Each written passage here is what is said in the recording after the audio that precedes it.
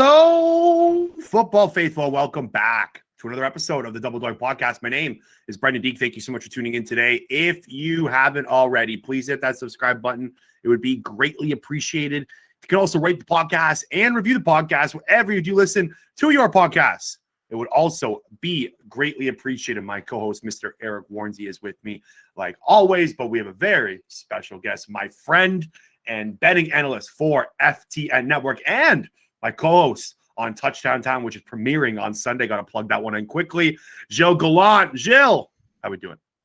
Brenden, how we doing? Eric, how we doing? Super Bowl week. I don't want to be the guy that complains that I'm sick of football, because I'm not. But I could definitely say that I'm excited for the Super Bowl to happen, so we can kind of put a cherry on top of this season. I'm in the same boat. I even started diving into some Jays content today. Like, I'm almost ready for baseball season once. And we got Jays hats right there. Look at these two. Yeah. Why are you shaking your head at that, Wardsy? Why are you shaking your head at that? Brenden Deeg and Jays content? It's oil and water. I listened to like this podcast about the Vladdy Guerrero and Bo Bichette contract extensions. It was like a little 15-minute clip, you know. Yeah, big time. I was sick of football content. I'm sick of football Jays content. home run season, man. That's what we'll be betting as soon as this is over. All right, Gilles, let's jump into it. I've asked this question the previous two guests this week, and I'm just going to keep it rolling here. Sure. What's a storyline that you are most interested in heading into the Super Bowl? Sure. Well, you'll probably find my answer a little different, because the storyline that I find going into this game isn't even actually about the game. It's actually about next year's Super Bowl. So from a betting angle standpoint. So my biggest issue right now is I think the Bengals are going to inspire a lot of stupidity of betting, specifically Super Bowl futures, because the Bengals, to their credit, worst to last. First to, you know what I mean? Like last to first kind of thing. And when you do that, obviously you're going to have very long odds to win a Super Bowl in that kind of instance, because, you know, especially like during the season, they were like plus 10,000 odds, like almost like the Jacksonville range. But a lot of people, I've seen some bets on the timeline. Oh, I can't wait to bet Jacksonville Super Bowl. I can't wait to bet the Jets Super Bowl. You're just like, no, like I understand kind of why the Bengals were able to do what they do, because Joe Burrow is that guy. I'm not sure that Trevor Lawrence and Zach Wilson are those guys. And I'm not sure that they can lead that kind of program change the way that Burrow was able to do just in his short time as a starter with Cincinnati.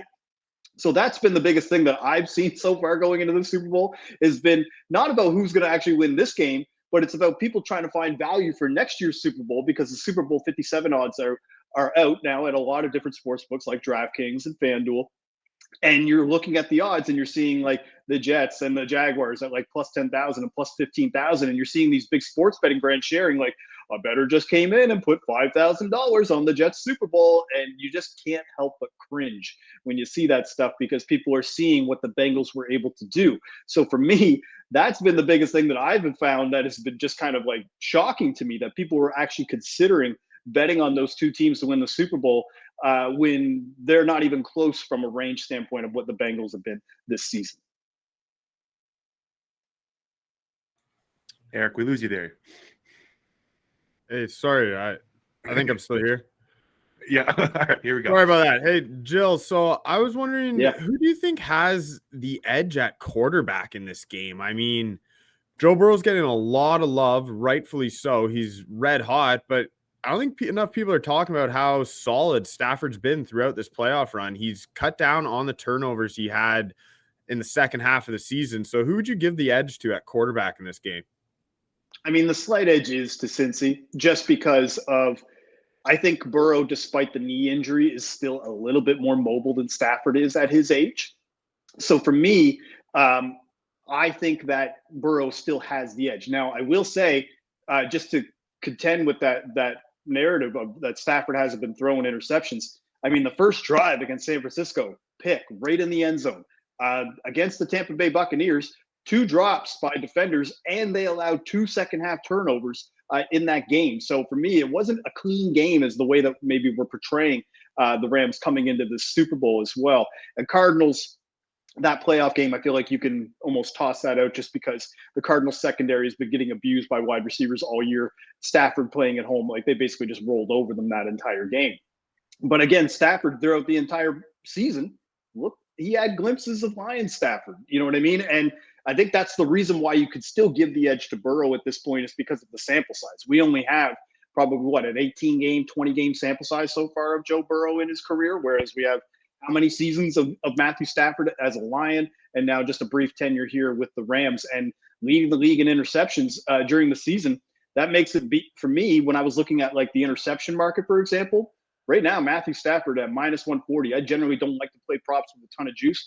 That to me is free money right now, especially against this Bengals secondary that is for 6 interceptions in 3 playoff games. And we could say like, oh, some of it was, tip pass or whatever else. It's like, you can't say 6 interceptions in 3 games is a fluke. Like some of those are because of defensive pressure that the defense is causing by the Bengals. And I think Stafford is going to try to force some passes in there because he's got a little bit of a gunslinger mentality. And for me, I think it's free money for Stafford to throw a pick in this game. I think what's getting kind of lost in the shuffle this week too is Stafford almost coughed up the game in the championship game, right? Like to Jaquiski Tartt, like that was almost another interception. Like if Jaquiski Tartt catches that ball, like the whole narrative surrounding Stafford is different. And you're right, like he had 8 interceptions, I think from week 15 to 18. Like he had I think he had 3 pick game in week 17. He had 2 picks in week 18. Like yeah, he had two good games mixed in between the playoffs, but like you said, minus 140, like for him to throw a pick, I think is a great bet. Like it is, like you said, free money. Well, just because of where like his history and also facing this defense, like just where the odds are. Like if I was to set the odds for that kind of prop, it would probably be closer to like minus 190, minus 200. So beginning of the week, you could get around minus 120 and you're just seeing it steam as we get closer to the game. Okay, so I do want to kind of transition to when the Bengals are on offense and the Rams are on defense. So my best guess is Jalen Ramsey is going to be following around Jamar Chase like a dog all game and basically not let him get any free space. Who do you see picking up the slack if Jamar Chase is covered? Who on Cincinnati needs to step up? And the guy that you do pick, do you have any value in a bet for that person? Yeah, so the one thing I would actually even just add to that is that hasn't been Jalen Ramsey's MO, like, you know what I mean, throughout the season. He wasn't following wide receivers like that. He would mainly play on the left side and just kind of neutralize that side of the field, similar to the way a lot of slot too this year. Yeah, Ramsey got a lot of slot. Yeah, it's not a conventional one-on-one matchup the way that you would think week to week. But already during press conferences and interviews, he's saying that he's, again, maybe giving away the game plan, but that he's going to be tailing Jamar Chase as a result. And if that is the case, I like the chances for a guy like T. Higgins to pick up the slack, because T. Higgins, I'm going to go over some stats here. So like I've got him as well for an anytime touchdown at plus 165. But the reason why I'm taking him is just if you look at the last 2 playoff games and the way that the game script was going. Against that game against the Titans, the Bengals were trailing like until they kind of were able to kind of get over the hump in the second half. Same thing against the Chiefs. In those 2 playoff games, Higgins had 199 yards receiving and 13 catches. So I like his over 68.5 yards receiving in that game. And one of the things that I looked at as well is, let's say the game script unflows the way that I predict and the Rams end up winning by, let's say, 4, maybe even double digits. It doesn't really matter. Let's just say the Bengals are trailing the entire game. Just looking at the Bengals' last 4 losses, if they do losing, I just think Higgins is going to have a huge day, because in those games, T. Higgins averaged 106 yards receiving in those games. Some of them, they were like 140-yard receiving yard days. And again, you have to look at the losses, like it's against like the Chargers and the Browns and teams that actually have pretty good secondaries as well. So for me, if Jamar Chase is going to draw a lot of that attention, T. Higgins, I think, is the guy who can pick it up, because for me, I mean, he's only in his second year. The connection with Jamar Chase and Joe Burrow, great connection. But I don't want to just kind of poo-poo on the connection that those two have, because T. Higgins was there last year as well, and he was awesome last year when he had Joe Burrow as his quarterback for that time. So even though obviously Chase is the number 1 wide receiver, I'm not willing to bump T. Higgins to wide receiver 2. For me, it's more like 1B and 1A. Right, and I mean, Boyd was just shy of 1,000 yards. They almost had a 3 1,000-yard wide receiver season. That's like mind-blowing to me. I want to flip over to when the Rams are on the offense here, and against San Francisco, Cam Akers played approximately 40% of the snaps. Maybe that was because he had fumbling issues against Tampa. Do you see any value in any Rams running back props, or is it a little too murky and too unclear who's going to get the majority of touches? Yeah, Eric, it's a good question. I think part of that was as well is because he dinged up his shoulder a little bit as well in that game. So it wasn't necessarily, I think, the turnover issues. I think it was just wear and tear. Just because through the 3 playoff games, he was getting like 15 to 17 carries a game, easily outsnapping Sony Michel. Like 54 carries in 3 playoff games, nearly double the snaps of Sony, who's only gotten 24 carries through the 3 playoff games, and most of that was in that NFC Championship game against the Niners. So for me, my favorite prop, actually, just because of the way that the Rams' run game has looked so far with Cam Akers in this, like they're averaging under 3 yards per carry. So for me, the best prop, in my opinion, is Cam Akers over 2.5 receptions at plus 140. That's available at DraftKings right now. He was able to get 3 catches against the Bucks, for example, but if you look, for example, at the Cincy defense, so the Cincy defense, they ranked 28th in completions to running backs during the year. And then if you look at the playoff games, 2 of 3 starting running backs had at least 3 catches. Jerick McKinnon had 3 catches. Josh Jacobs had 3 catches. Derrick Henry didn't have 3 catches because that's not the way he's used by the Titans. And really, they didn't really throw the ball that much anyway from a Tannehill perspective. So I think in this offense, especially with the amount of what the over-under line is of passing attempts by Matthew Stafford, which is around 35, and it could get up to 40 depending on how the game goes. I think Cam Akers, especially with the way that this defensive line has been getting pressure, because I don't think the offensive line for the Rams is really anything to like write home about. He could definitely see a lot of pressure in his face, Stafford, and as a result have to dump it off to Akers.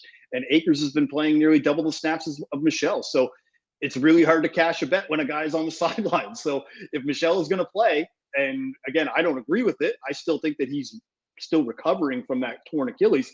But that's not what I think. That's what Sean McVay thinks. And if he's going to play, I'm going to roll with that. So over 2.5 receptions of Cam Akers is like, actually, it's probably my favorite prop bet of the Super Bowl. Okay, so in the Bengals backfield, Samaje Perine, that's how you pronounce it, right? Samaje Perine. Our boy had a big play in the championship game. He had, I think it was a 41-yard reception and a couple nice jukes, little how you do to get in the end zone. Do you see any value in the Bengals backfield in this game at all? Well, the one bet that I do like, this is available at a couple of different sports books. You can actually bet on who's going to have the most rush yards in the game. And Joe Mixon and Cam Akers are basically each plus 120. And I think Joe Mixon is the guy to do it. I think that's the bet to make for that, because just based on workload alone. It's not to say that I don't think Perine will get workload. It's just more, what are you betting on? If you're betting on rushing yards with him, I might not be as enthused. But his receptions line right now is plus money at 1.5 for the over. So if he's going to be on the field, Perine, for example, he's playing third down. He's playing pass catching back role. So just 2 catches is not completely out of line, especially if Mixon gets banged up early by that defensive line.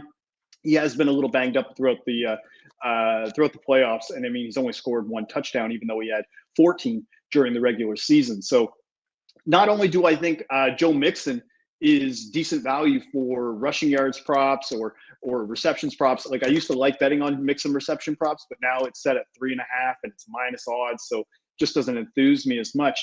But right now it's plus 120, for example, at some books for Joe Mixon just to lead the game in rushing. I think that might be the best value just based on the fact that Cam Akers, as I mentioned before, just hasn't been able to get that burst like consistently. Like every once in a while he'll have like maybe a 15-yard run or a 40-yard reception just out of nowhere, but it has been consistent bursts through the offensive line where he's getting like 6 yards a carry, 7 yards a carry. So I know a lot of people are very high on taking the under, for example, on Cam Akers rushing yards, which is around 65.5 yards. But from Perine's standpoint, I'd be looking at the receptions prop. From a Joe Mixon standpoint, you might have to dig a little bit deeper and maybe look at some of the Super Bowl specials at some of these books just to see if you can get who has the most rushing yards per game. And Joe Mixon would be my pick over Cam Akers.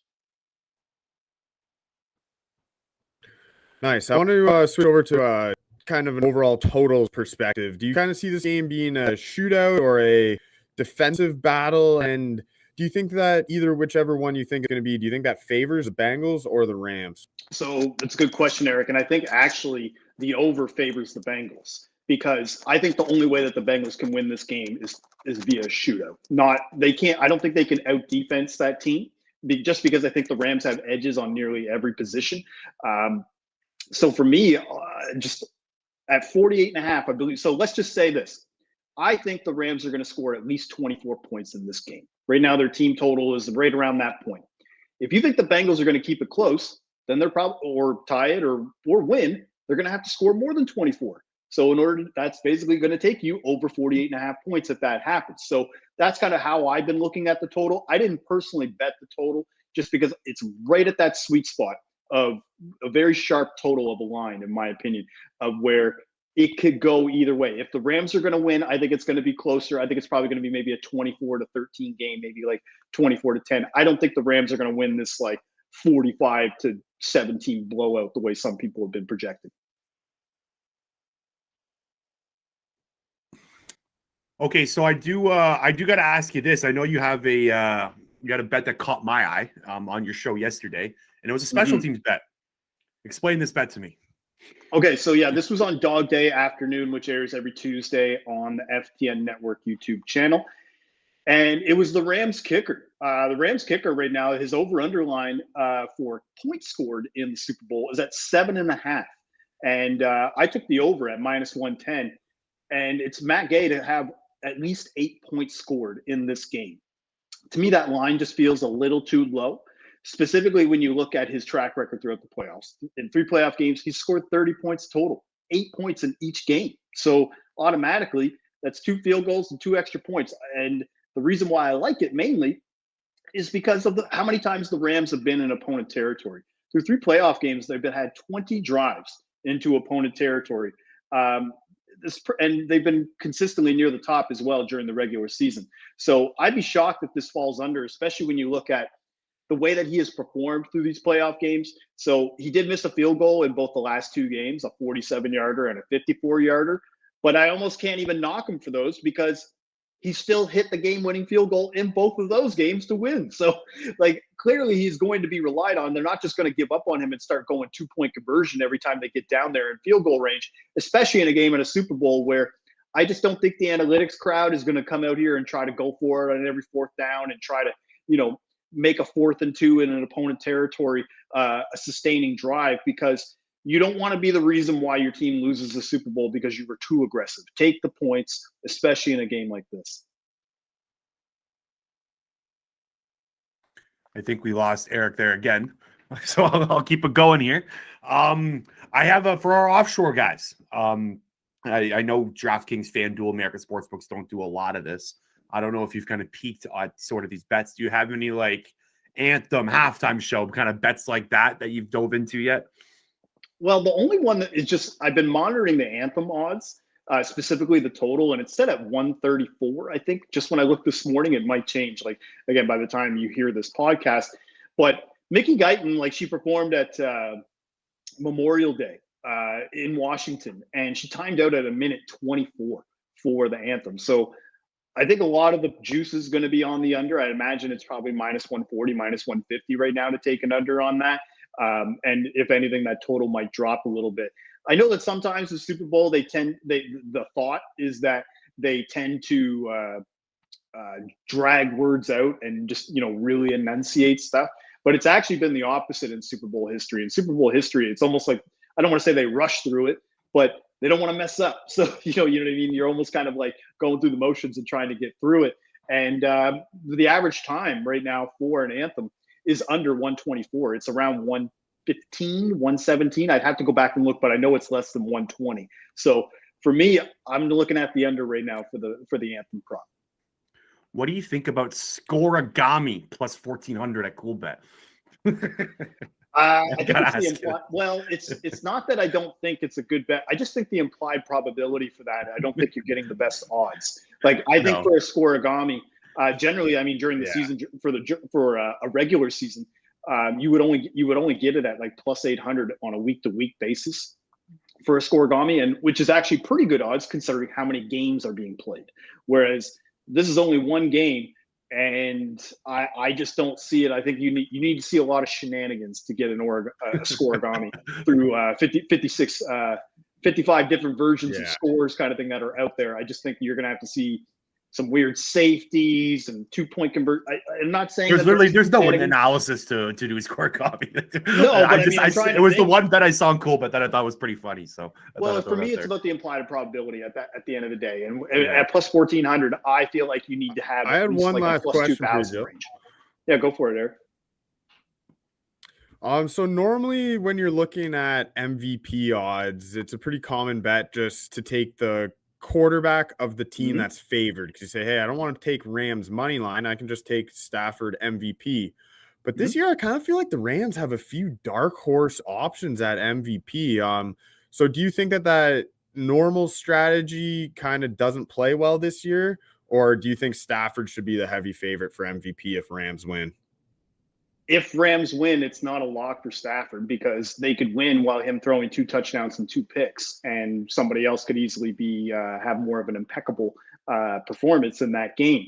For me, so full disclosure, like a couple of weeks ago before the divisional round, I wrote about this at ftnbets.com for Super Bowl MVP odds, and I had Joe Burrow at 18-1. So I'm sitting on that ticket right now, just kind of going into this game. But that being said, I don't know if I agree with taking Joe Burrow or Matthew Stafford as MVP because of the shenanigan aspect of it. Now, I will say that is better value if you're going to take a Ram side, is to have a look at Stafford. But I think based on what we talked about already, Eric, about Stafford's just propensity to want to throw interceptions and just turn the ball over really scares me on taking him from an MVP standpoint, especially when you have so many studs on the other side of the ball.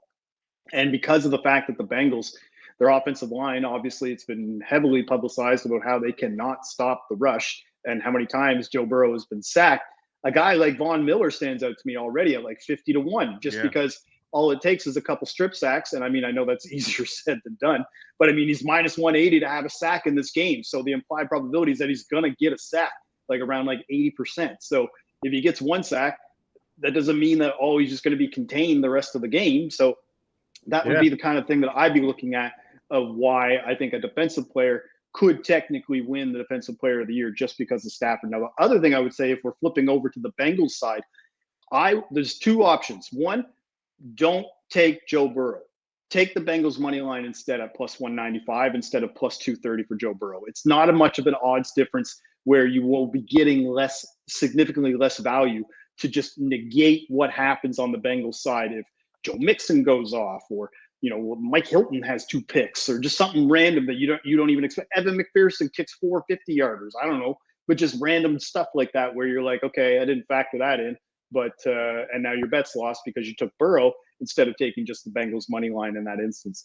I think the one part that actually, the reason why I don't like to take wide receivers generally is because they're tethered to the quarterback. It's very rare that you have a guy like Deebo Samuel where he could take like a 5-yard slant and take it to the house. I'm not saying that Cooper Kupp or Odell or Van Jefferson, any of these guys couldn't do that. It's just more along the lines of if Stafford makes an incredible throw over the top, Kupp is not going to get the credit. Matthew Stafford will get the credit for that touchdown. And I think that's how you can do that and beat the Bengals from an offensive standpoint. Now, from a Bengals standpoint, I think the most value is on Joe Mixon. Joe Mixon right now is like 35-1. If he goes for 100 yards and 2 touchdowns, that is not attached to Burrow at all. That's Joe Mixon's effort. So they're going to give the credit to Mixon for making that happen more so than Burrow putting him in a spot to rush the ball. So that would be the one from a value standpoint. The fact that you can get a starting running back in a Super Bowl at 35-1, when generally, again, I said this on my show, but just I'm old, so I remember the 90s. I remember like how running backs and how impactful they were game to game on a script. And if you had like the 2000, let's just say the Ravens Super Bowl in 2000 over the Giants. Sure, Ray Lewis would have been up there, but Jamal Lewis was favored to win Super Bowl MVP in that game. It's not, but Ray Lewis obviously was, he had like 15 tackles, had like the most tackles ever in Super Bowl history. And it's a team that was built on a defensive identity.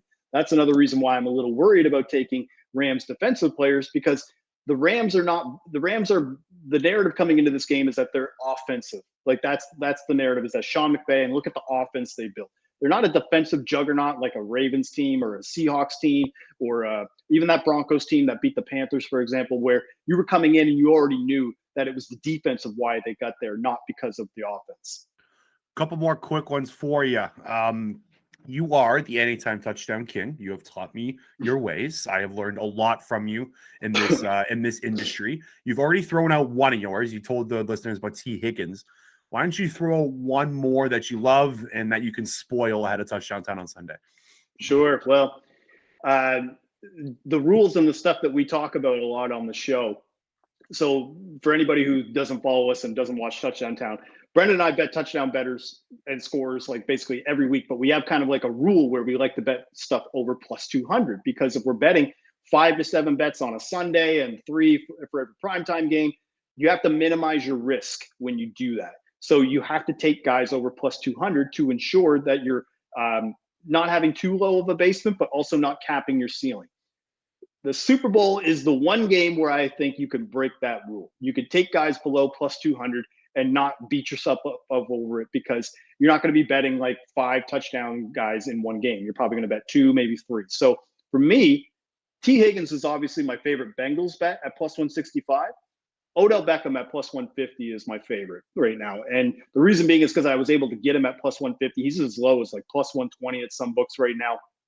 And I just think that the Bengals are going to try to do everything they can to ensure that Cooper Kupp does not beat them. Or at least that's what I would do from a defensive standpoint, because no team has tried to do that yet. And when you look at the Cooper Kupp, for example, this year, he has 5 games where he was held below 100 yards receiving. The Rams are 2-3 in those games. And the rest of their record, like they're like they only have like 1 loss this season where Cooper Kupp has over 100 yards receiving. So if a team is actually smart and is like, okay, we're not going to let Cooper Kupp do anything today, who's going to be the biggest beneficiary? Probably Odell Beckham Jr. So who has looked, in my opinion, like second-year Giants Odell right now, just in this offense. I mean, 6 touchdowns in 11 games. For me, at plus money for the Rams, he is my favorite bet to make.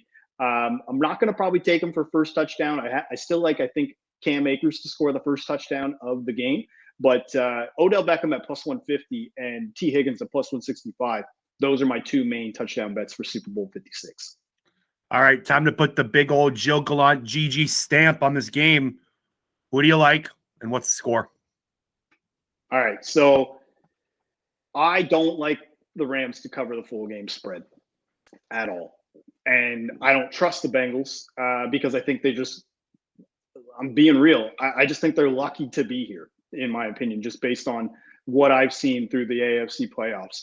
Eric's been preaching that all week, actually. So he's on board for with me, you I there. probably see like a 24-21 game, maybe a 24-17 game. Like, again, I'm not saying the Rams can't cover the full game spread. I just don't trust it to come down to the final play for them to do that. So actually, my favorite bet in this game is Rams -3 first half. So if you look at the 3 playoff games, they led by double digits at halftime. And the Bengals have also been known to start games slow. So if you just look since week 16 and week 17 and throughout the playoffs, the Bengals outside of that Raiders game did not come out firing at all. Like, they were getting stalled in the red zone. And that's why Evan McPherson was having such a romp through the playoffs, because he was constantly being asked to kick long ass field goals. So for me, I'm not sure if I trust LA for a full game as well, because I just look at that Bucs game really left a bad impression on me, that second half implosion. And then, of course, in week 18, for example, against the Niners, and then even week 17 when they almost lost to Huntley and the Ravens. Like, you know what I mean? So the second half has not been a good time for the Rams, bettors, in my opinion. So I could see like kind of a 17-7 lead at halftime. And I just don't feel comfortable taking a full game spread with Joe Burrow on the other side. That is Gilles Gallant of FTN Network. Gilles, before you go, why don't you plug in anything at all you want the listeners to take a look at? Sure. Yeah. So all of my writing content from Super Bowl, NBA, any of my picks, it can all be found at ftnbets.com. I want you to make sure to follow me at GDawg5000. That's GDAWG 5000, because that's where you can find all of my content that I'll be doing for betting throughout the year. And make sure to follow. I'm going to be live tweeting the game. I have Super Bowl MVP picks. I've got touchdown show coming up this weekend with you, Brenden, where we're going to be on the FTN network giving our 5 best touchdown bets for Super Bowl 56, show called Touchdown Town at 12 p.m. Eastern on Sunday. I shall see you on Sunday, Gilles. All right. Let's roll. Today's episode is sponsored by Manscaped. Roses are red, violets are blue. Don't let a wild pube wreck you. Valentine's Day is just around the corner, and our sponsors at Manscaped are here for you with the best tools to get your balls ready for the special occasion. This Valentine's Day, it's time to join 4 million men worldwide, who trust Manscaped, the leaders in below-the-waist grooming, with our exclusive offer. The holidays went by so quickly. Did you remember to take care of your package with the best tools for the job? The Performance Package 4.0 from Manscaped is just the thing every guy needs in their life to make each and every day just a little more special. The number one product in this package is the Lawnmower 4.0. This electric trimmer is designed to trim hair on loose skin. And get this, the trimmer's advanced skin safe technology reduces cuts and nicks on your delicate balls. It even has a 4000K LED spotlight so you can shave anywhere your heart desires. Did I mention that it's waterproof too? I'd like to propose making February 13th a national holiday as National Shave Your Balls Day. I'm going to shave my balls on February 13th. Who the hell is with me? I think this is one holiday that men and women can get behind. Get 20% off and free shipping. Use code DOINK at manscaped.com. That's 20% off and free shipping. Use code DOINK at manscaped.com. Happy New Year to you and your balls. Thank you to BetterHelp for sponsoring this episode. Not everyone has someone they can lean on and talk to. That's where BetterHelp comes in. With BetterHelp, you have access to over 20,000 licensed therapists. It's not a crisis line, it's not self-help, it is professional therapy done securely online. BetterHelp will assess your needs and match you with your own licensed professional therapist. If you've ever searched for a counselor in your area, you know it can take weeks or even months just to get a phone call back. With BetterHelp, you can start communicating in as little as 48 hours. BetterHelp is committed to facilitating great therapeutic matches so they make it easy and free to change therapists if needed. You deserve to prioritize your mental health this year. Get 10% off your first month at betterhelp.com/doubledoinkpodcast. Thanks to BetterHelp for sponsoring this episode. This episode also sponsored by CoolBet. CoolBet is the most transparent gaming company in the world. CoolBet also provides the best odds in Canada with world-class customer service. For first-time users, use the promo code DOINK, D-O-I-N-K, DOINK, for a 100% welcome bonus up to $200 when signing up with CoolBet. That's code DOINK. And CoolBet will match your first deposit up to $200. Give our friends at CoolBet Canada a follow on Twitter, Instagram, and Facebook at CoolBet Canada. CoolBet. Stay cool. And bet responsibly. The range on this podcast going from Manscaped to BetterHelp, you know? Where else would you rather be? Where else would you rather be listening? We got you covered. Yeah. So that was Gilles Gallant of FTN Network, my friend, host of the Touchdown Town as well. Make sure to check that out on Sunday. Apologies for the bad connection. The internet, man, she's a bitch. What are you going to do about it? But Eric, I have an Olympic take for you, or a question. I guess you're a skier, right? You've skied before. Yeah. You went to Blue Mountain that one time, you know, the hallway. I've never actually been to Blue Mountain. Oh, wasn't Blue? Well, what was the hallway video? You know what I'm talking about. Yeah, where was that? Tremblant. Okay. Where's Tremblant? That's Quebec, isn't it? Yeah, North Quebec. Okay. So I was watching some men skiing last night. The big air jump. Love it. It's one of my favorite events. I was like dialed in last night with my mom. It was great. Canadian guy ended up. Canadian guy was in the first round through, and then he ended up falling the last two times. Evan McEachin, I believe his name is. Anyways, I'm watching this and I'm thinking to myself, how does one go from like a skier, like a normal skier, to Mount Tremblant, I guess, like you, to big air jump? Like what is the progress? Do you have any idea? Like who says, you know what, you're good, why don't you get up on that big fucking slope and jump down it? I have no idea. I think you gotta have a few screws loose just to even attempt that. Like, it is nuts how high and how far those guys will jump. But no, I'm your standard green slope, just out for a joyride. But like, how do you progress in skiing? Like, you can't just go to the slope and jump off it. Like, it's not like a hockey rink or a baseball diamond you can just go to. You know. Well, I know they have like ski teams and stuff. You can be on ski clubs. And so did you just like progressively get like crazier and crazier? I guess like you probably start by just racing, and then maybe you're not that great at speed, so a coach says, hey, maybe distance is your thing. Maybe a shot. Yeah. Like, so that just like you just, as you go, a coach will watch you and just be like, pick and choose. Well, I'm sure like for skiers, there's guys who like, some guys just like the racing, like, oh, I'm all about racing. Then there's guys who just like hanging out at the terrain park and doing jumps and stuff. So guys at the terrain park are probably more likely to do the big jump. And so like do you decide yourself, like as you go on, like you see like the ski hills around here, there's no like what we saw, like when I watched on China, that big fucking slope. There's nothing like that. Right, but that's like you and I would never even have access to it. There's people who grow up in Vancouver where I'm sure it is like a Okay. Hey, what are you going to the ski meet this weekend? They're not going to the hockey rink as much. Like the Winter Olympics, it baffles me of like, how did you pick this sport? Like, who like Luge. How do you Yeah. how do you just pick up luge or skeleton? Cross country skiing. Who says I'm gonna cross country the world on fucking skis? Who's the guy that says, you know what, I'm gonna shoot darts at a board and then cross country skiing? Yeah. Like it's combined. Yeah. The Norway's loves that sport. They wipe the floor. They wipe the floor every year. I don't know. I just, it's got my mind racing last night. I was just thinking, like, who the hell decides where these kids are playing, what sport they're picking? The event that I actually do like and I want to shout out is curling. Like, if that's something You like curling? Yeah, if you've never tried curling, like I've is never actually tried it. so hard. Have you tried it? Yeah, once. It's like you could barely even. Those stones are so heavy. It is so easy to throw them past the thing. Like The touch. yeah, like it's so hard. And you watch these people and they curl it around and just land it perfectly on the button. And it's like, I think it's really impressive. And Canada's nasty at it. So They played Denmark the other day. Denmark's really good. Denmark, too. yeah. Gonna talk to my boy Thomas Pearson about that Denmark versus Canada curling. Yeah, it does feel like a tough sport because you got to be able to stay balanced on ice, right? Like I feel like you just do a whole lot of wipeouts. Any other news? Anything else you want to get at before we dive into our Super Bowl preview here? Little mini matchup Super Bowl preview. We got a ton of betting content coming your way tomorrow. We're going to break down all of our bets. So there's definitely a lot more Super Bowl preview to come. But Eric and I just thought, you know what? We give you a little matchup preview. Before we do it, Eric, anything else you got? You want to talk about James Harden? You want to...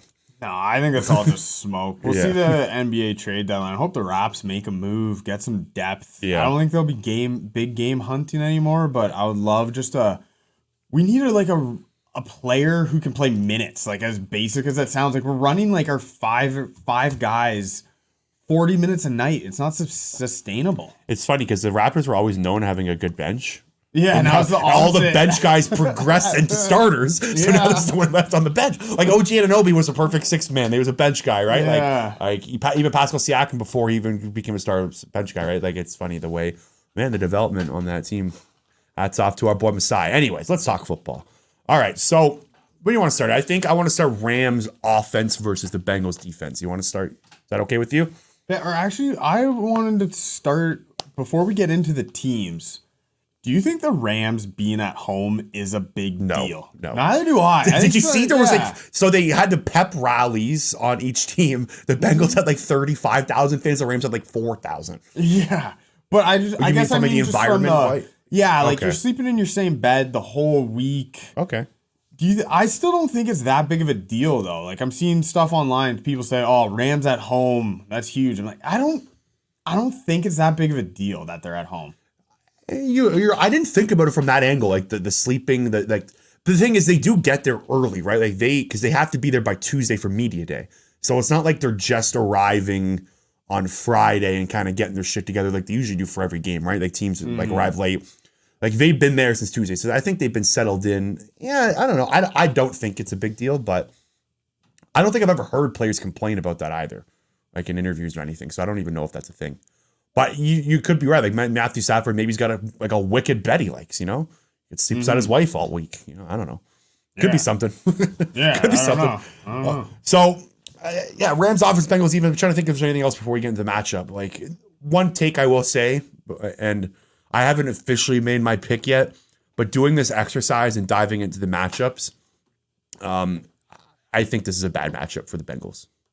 Yeah, Like big picture take here. Or you're saying big picture, not specifically. Just their no, like the offense. whole game itself. Yeah, The well, Ra- let's start talking about the offense because I think the biggest mismatch of the game is glaring, and that would be this Bengals O-line versus. Okay, so you want to go Rams Bengals D-line. offense first and then. Oh, okay. sorry, I misunderstood. No, let's go. Let's continue that. No, you're 100% right. That's where the game's going to be decided. Yeah, I completely think that this is the most important matchup of the game. You got the Bengals O-line, which finished 30th in pass block win rate, going against the Rams D-line, number 1 in pass rush win rate. Yeah.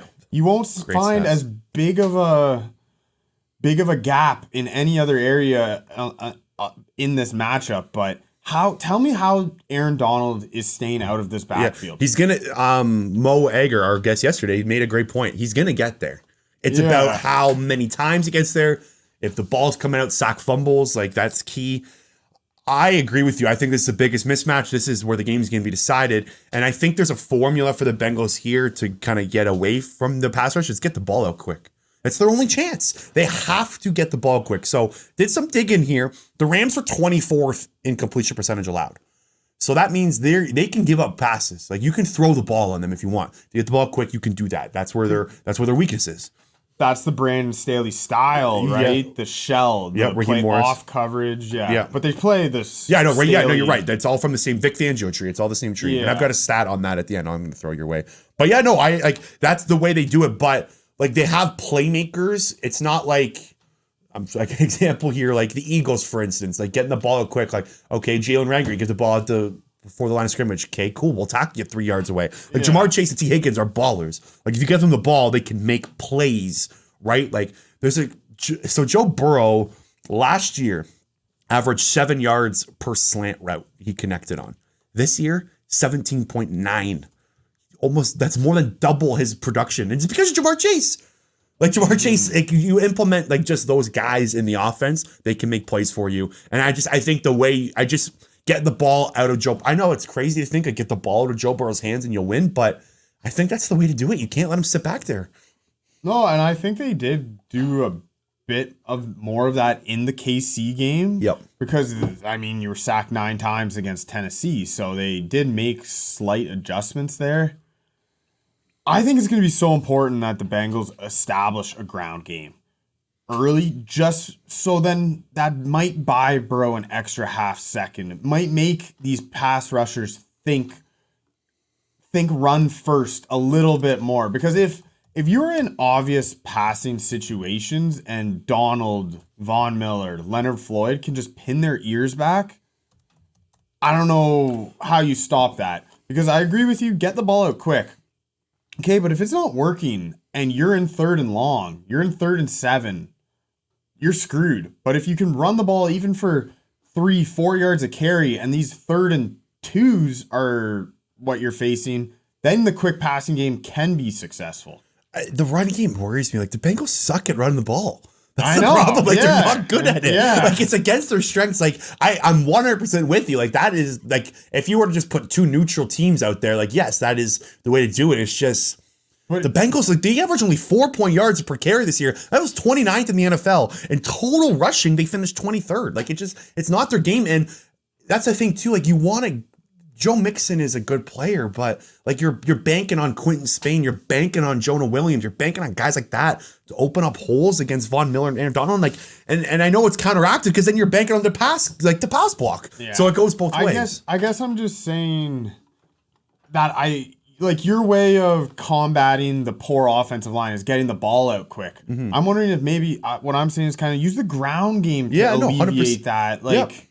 No, I get what you're like. I get like the format. Just the Bengals suck at running, and the other thing too is something I didn't know that like I didn't realize this year like at all until I kind of did this exercise today. The Rams are really good against the run. Yeah, they're 5th DVOA in the league, and they're 3rd in EPA per rush. Like they're a top 7, top 8 team against the run in the NFL. Like they don't give up a lot of yards on the ground. So like. I know it's tough. Like that's what I'm saying. Like I'm trying to figure out a formula for the Bengals, and like I think the quick passing game is just the way to go. Like last week against the Chiefs, they went very conservative in the second half. Like they were down 11 and they just got the ball out quickly. Joe Burrow was 14 and 19 for 2 touchdowns and throws that he got the ball out under 2 seconds. Like that's kind of what you have to do. And again, getting the balls in the playmakers' hands. Do you think Mixon's going to be a factor at all in this game? Like I don't. I'm very low on him. My ears perked up when Jill said Joe Mixon 30-1 MVP odds. Well, there's a reason he's 30-1, right? Right, but he should. If I'm the Bengals, Joe Mixon needs to touch the ball every 3 downs just to buy your offensive line some reps run blocking. You can't have this offensive line in pass block consistently because they're going to get shredded. That's like the offense line's worst nightmare. It's like 50 passes a game. They hate it. Yeah. They want to get on the move. They want to run block. It gets you energized. I agree with you. It gives you confidence too, because if they're pass blocking, Donald's going to eat them alive, and then your confidence is gone. Yeah. And Joe Mixon still is He's a good above player. average back. He was a Like, top 5 running back this year. That's what I mean. Like I think if you're looking at the Rams, I think have the personnel in the secondary to kind of play a more laid back, lighter box style. Like we mentioned last week, 2 weeks ago, the Rams played the fewest stack boxes in the NFL. If they're giving you light boxes, you have to run. So the Bengals, I did that research today. The Bengals were 26 in EPA per play running into light boxes. Oh, It's like everything. That's what I was trying to think. Like today, like there's literally not a lot there for the Bengals. Like this is not a good matchup whatsoever. And you're right. Like it's still like if you put 2 neutral teams on the field, this is the way you beat them. This is how you should attack them. It's just the personnel it's not there. And I keep going back to this one guy on this team, and I'm very heavy on him to go in this game. And that is a good old T. Higgins. I think he's so damn important in this game. So we haven't talked about the Jamar Chase versus Jalen Ramsey matchup, which is another, I think the Bengals offense versus Rams defense should dictate the majority of this game. Like if the Rams can hold the Bengals under 20 points, you're going to win. And I think the Jalen Ramsey versus Jamar Chase matchup is key. And I really hope they know that you're not going to be able to force feed Jamar Chase in this game. Like Jalen Ramsey's going to blank him. Jalen Ramsey's going to be following him around. And Jill made a good point. They historically don't do that, but they do it against certain players. And this Jamar Chase is a certain player that they should be doing it against. I completely agree. Yeah. This is by far the most difficult cornerback Jamar Chase will have faced in his life. Mm-hmm. The Bengals actually had the easiest schedule of opposing defenses in the NFL this year. Okay. I'm just looking at it right now. Like the best cornerback he probably faced this year. I think Patrick Surtain gave him the most trouble, right? Patrick Surtain was probably the best cornerback he faced this year. A rookie. Maybe you have to go all the way back to week 2, Jalen Johnson, but look at their schedule. They did not face very good cornerbacks this season whatsoever. Baltimore had big time injuries. He did torch Marlon Humphrey one game this year in that matchup, but this is a completely different animal that Jamar Chase is going to have to deal with this weekend. Mm-hmm. And I think Jalen Ramsey is the kind of style of corner that you want against Jamar Chase. He's a bigger guy. He can get physical with him. So I hate to say this, I'm low on that matchup for Jamar Chase. 100%. It's not a good matchup at all. And you're right, that's the style corner you want against him. Like Patrick Surtain's kind of that style corner too, long, physical. Yeah. Right? And that's who he struggled against. And I actually specifically remember Surtain giving him a lot of problems in that game. So that's why it kind of came to mind. So I'm glad you double checked on that. Yeah, like the thing about the T. Higgins factor is the Rams secondary falls off dramatically after Jalen Ramsey. Like they don't have Troy Hill anymore. They don't have John Johnson like they did last year. Like they've kind of got a bunch of nobodies. There's been some good players, and then they've been able to kind of survive off of it. But I don't know. Like I think T. Higgins and Tyler Boyd are huge. And this is another stat. I found this stat looking it up last week because when I was doing my anytime touchdown picks, the Rams allowed the 3rd most catches and the 4th most yards to opposing team slot receivers. So Tyler Boyd, T. Higgins, even maybe get Jamar Chase in the slot, like move it around, attack that part of the field, get the ball out quick. And that stat matches the 24th in completion percentage allowed. Like if you can get the ball out quickly and make plays, that is the best way. Get away from the D-line. Get the ball away from Aaron Donald. Get the ball away from Von Miller. I think that the Rams, other guys in the secondary are getting a little bad rap. Like I don't mind. True. I might be a little too hard on them. I don't mind right. Darius Williams, Nick Scott. Darius Williams had a good year. He's had a solid year. They don't have any other, like, I wouldn't say superstars in that secondary, but they don't have an Eli Apple, put it that way. But Eli Apple's he's played okay. He gets a bad rap. If there's a guy that gets a bad rap, it's Eli Apple. He was one of the worst cornerbacks in the NFL this season. PFF had him in the hundreds. Okay, sure. But he's just a guy that you play against the Chiefs. And you just love to hate the guy. He's a douchebag. He's one of the worst cornerbacks in the NFL. Okay. Like statistically, PFF has had him in the hundreds back-to-back seasons, I'm pretty sure. He's a guy you love to hate. But yeah, you're right. I think I'm probably a little too harsh. I'll take that back on the Rams secondary after Ramsey. Darius Williams had a nice year. But like I think there's a big drop off from like a Jalen Ramsey to Yeah. Darius Williams, and T Higgins wins that matchup. T Higgins is You're right. he's a 1B receiver. He can be a starting. T Higgins would be the starting over receiver on 1,000 yards. he Yeah. would be a starting receiver on probably 20 of the teams in the NFL right this year. Maybe not 20, but close to Yeah, that. no, I agree with that. I guess what I'm saying is I think that the way to attack this Rams defense, it might actually be through your boy Sam G. Pirine or Yep. Mixon as catchers out of the backfield, because I think the weakness is the linebacker position. Yep. Troy Reader is meh. I think if you can attack those linebackers, I know that is CJ Uzama playing? So he says he's gonna play. He had this what did you see that video of him taking the crutches onto the middle of the field? He hucked his knee brace off, like kind of like a sign I'm gonna be playing. Really? Yeah, like it looks like he's trying to play. He said he's going to. Well, I'll believe it when I see it. Yeah, but so that's what I think that the way to attack this Rams defense would be through the middle of the field with either a tight end or running backs catching passes. Because the linebacker, like I don't like Troy Reader, Ernest Jones. I think that those guys can be beat. So I think the elephant in the room here as well is that we should bring up before we move on to the other side of the field. Joe Burrow has to be special. Joe Burrow has to be the best player in this game. Right. That's He it. has to continue the magic. Yeah, Like, he's got to dominate. Like Yeah. like last week he played very well. Like he didn't. I think his plays like that were shined in the spotlight made it seem like a better game. He played great. Don't get me wrong, but he made big plays in big spots. And he's gonna have to do that here. He's gonna have to escape the pocket. He's gonna have to run away from an Aaron Donald. He's gonna have to maybe spin away from a Von Miller. Like he's got to be able to do stuff like that. yeah. No, Cincinnati's that's not everything we just broke down. If Joe Burrow lays an egg, they have 0% chance. Exactly. Like, No, that what we just started with that I believe that's the matchup. The Jalen Ramsey versus Jamar Chase, the Von Miller versus Jonah Williams. Like those are the guys are gonna have to attack. Alrighty.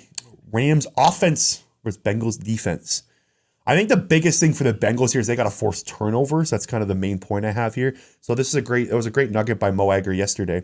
Bengals are 12-1 when winning the turnover battle this year, including 3-0 in the playoffs. And they've had 2 takeaways in each game in the playoffs so far. yeah, I still am shocked that they turned the Chiefs over twice in one half. Yeah. Still blows my mind. But the Rams, they've gotten here, but they've made that football available. Yep. Like they've fumbled. Yeah, that Bucs game, right? Yeah, they had some fumble issues in that Bucs game. I completely forgot that Jaquiski Tart dropped interception you brought up today. Yeah, I would kind of yeah. cross my mind today. It's like it's Matthew Stafford. The way you look about Matthew Stafford, his whole legacy changed on that one play. Yeah, if he catches that, we're talking. Oh, can you believe that the Rams gave up that? And Stafford much threw for- that ball. That was a terrible throw. That was Awful a throw. horrible Yeah. decision. So yeah, hey, Bengals can't drop those if they get those freebies. They can't drop those. But if I'm the Rams, I also am probably going. I'm going to run the ball a fair bit, I think, here. So the Bengals defense, you can run the ball against. Yeah. And I think, I guess not under talked about, but people have brought it up. It's something that I've kind of realized more doing this exercise. The Chiefs blew it by just not running the ball in the second half. The Bengals are averaging 5.8 yards a carry. Jerick McKinnon was running the ball nicely.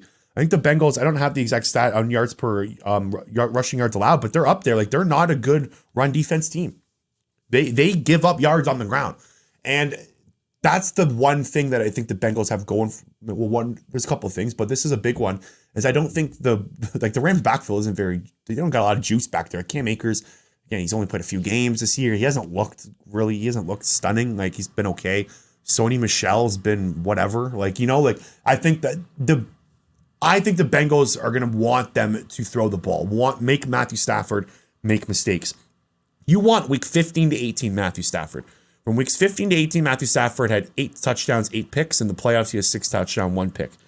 You want to get him back to that week 15 to 18 Stafford, like when he's making mistakes. And somehow the Rams still finished 3-1 in that 4-game stretch, which is insane. But you want him to make mistakes. Yeah. I can't believe I'm saying this, but OBJ is also going to be huge. Yep. And Eli Apple actually finished 73rd this year in PFF. My bad. I said he was terrible. He's just really bad. Yeah. He's actually still pretty bad. He's never had a year when he's finished in the top 60. Yeah. But that's who OBJ is going to be going up It's going to against. be Eli Apple versus Odell Beckham, and my guess is Awuzie versus Cooper Kupp. Right? That's Awuzie had a good year. I'm assuming they have him on Cooper Kupp, right? yeah. I think Cooper Kupp's got to be doubled every play. Yeah. He's earned that status. Yeah. I don't know. Buccaneers still haven't figured that one out. He's still running behind that defense. Yeah. But OBJ is going to have positive matchups here, and picking him up we talk about all these moves the Rams made with Stafford, Von Miller, going all in, trading every draft pick they ever have had. And it might be the guy they pick up off the scrap heap, OBJ, who plays a massive, massive role for them reaching the Super Bowl. It was the one thing I thought of after last week's the championship game. The Rams beat the 49ers. First thing that came to mind was like, I cannot believe they got Odell Beckham Jr. midway through the season for absolutely nothing. Yeah. He's a second receiver, Odell Beckham. It's crazy. He had 9 catches, 113 yards last week. He was, or I guess in the championship week, he was great. They're gonna need him to kind of replicate something like that. Yeah, and he's had a lot of touchdowns too. So again, we've been saying the Bengals are a mismatch a lot. So I do think there's a couple matchups on this side of the ball that the Bengals can win. The Bengals have really good safety play. Von Bell and Jesse Bates are very good players. They're both top 45 ranked safeties. I think Bates is ranked 42. I think that's a misrank. Bates he's been really good lately. He might have had a bad start. Von Bell's been a terrific signing. He's been money for them. He had that big pick. Bates made the play. Von Bell made the pick against Patrick Mahomes in overtime, right? Those two guys, you can keep the ball in front of you, and that's what the Bengals defense does very well. They keep the ball in front of them. They finished, I believe, as 28th, or sorry, not 28th, so other way. They finished 4th in yards per catch allowed, but 26 in completion percentage. So again, they kind of play the box style defense. We'll let you get the completion, but we're gonna not let you get any farther. So they keep everything in front of them, and that's gonna be key. You can't allow Odell to get over the top. You can't allow Cooper Kupp to get over the top, and they do that well. So I think that's a bonus in their end.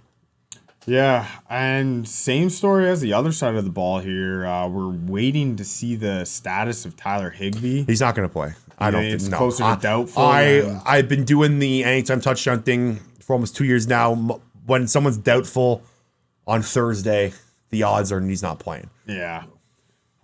But how many of those times it's the Super Bowl? That's true. The Super Bowl factor is. Yeah. It's just the way. It's also the fact that it's a Super Bowl. If you can't go, don't go. Yeah. You're hurting your team. I don't think. I think if he had any chance of playing, they would have been more hyped about it.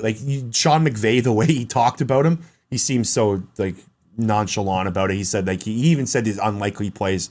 My best guess is it's going to be Kendall Blanton's season. Who played well last week. Again, same story as the other side of the ball. I think the linebacking core, it's kind of struggles in coverage for the Bengals as well. Yep. So both teams could be down a key player at tight end that has a nice matchup. So we'll keep an eye on both those tight ends. Yeah, so the Bengals allowed the 5th most receiving yards, or 3rd most receiving yards to opposing tight ends this year, and the 5th most touchdowns to opposing tight ends. So Kendall Blanton has a matchup. If you want to know many touchdown picks, I might have just ruined their one for you. I'm all over Kendall Blanton this game. I'm all over him. He's my favorite pick of the game. I'm trying to think if there's anything else before we get out of here. I have a couple more nuggets. I think the Bengals pass rush is going to be very key here. And they're going to, well, of course it is, but I think more just emphasize in this game. Trey Hendrickson and Sam Hubbard were great against the Chiefs. They were awesome. Trey Hendrickson had 1.5 sacks and 5 pressures. Hubbard had 2 sacks and 5 pressures. So they combined, the Chiefs had 4 sacks and 5 quarterback hits as a total. And all those came in the second half. Yeah. So they've got to be able to continue that. Trey Hendrickson is he baffles me. I don't get it. I remember sitting in this freaking spot shredding that signing. Yeah. I hated that signing to him, and the fact that he's put it all together, hats off to him. He's been great. He's been probably the biggest surprise player in the NFL this year. So I do think the pass rush, they got to be able to get pressure with 4. You can't. Matthew Stafford's finished 1st in EPA per play against the blitz this year. Burrow's excellent against the blitz Yes, too. Burrow's third, Mahomes second. So yeah, you can't. No man, look at the blitzing. quarterbacks in the championship. It's not a surprise there, right? Yeah, don't blitz. Yeah, exactly.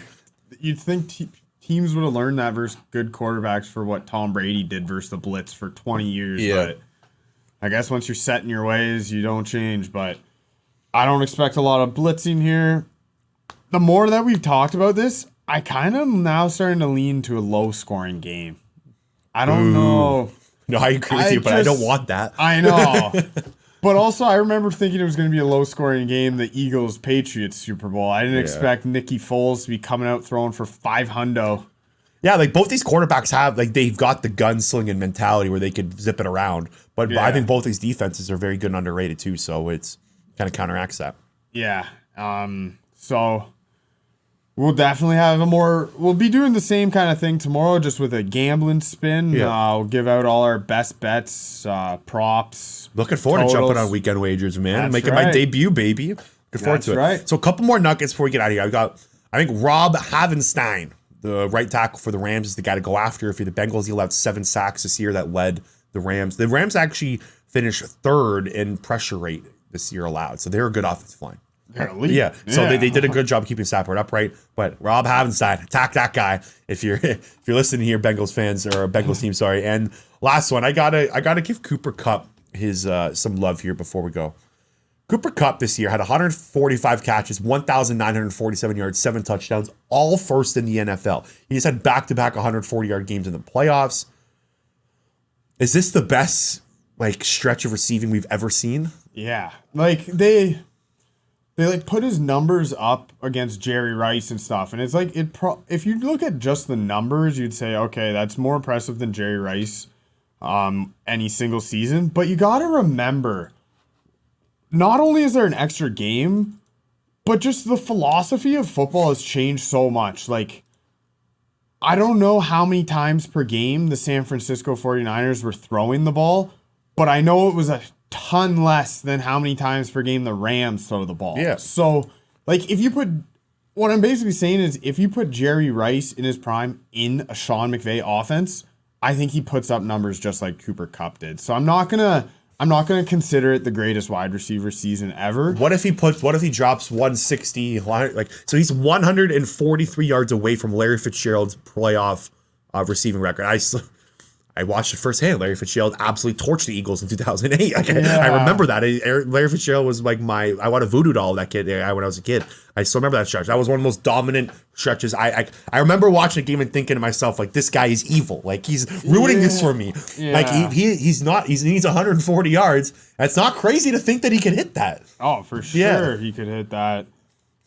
I agree with you. I think there's some overhype to it, the McVay offense. No, there's no overhype. It's literally it's in the top 3 seasons of all time as a wide receiver. The other one, for comparison's sake, would, from a touchdowns perspective, would be Randy Moss on the undefeated or regular season undefeated Patriots. I love he changed that. I didn't want to give him it all. Yeah, but so there's no doubt that Jerry Rice's best season, Randy Moss that Patriots year, and Cooper Kupp's 2021 season are the 3 best wide receiver years of all time. Yep.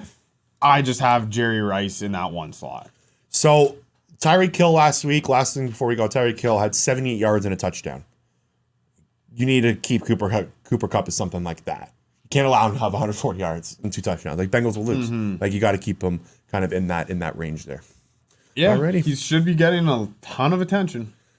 Alrighty. I think that's all she wrote for today. We will be back tomorrow. Eric leading weekend wagers. I will be in attendance. Looking forward to kind of giving you our best bets. Our boy Ziad will be back as well. Weekend wagers regular this year. So looking forward to sharing you how you can make some money. And we will.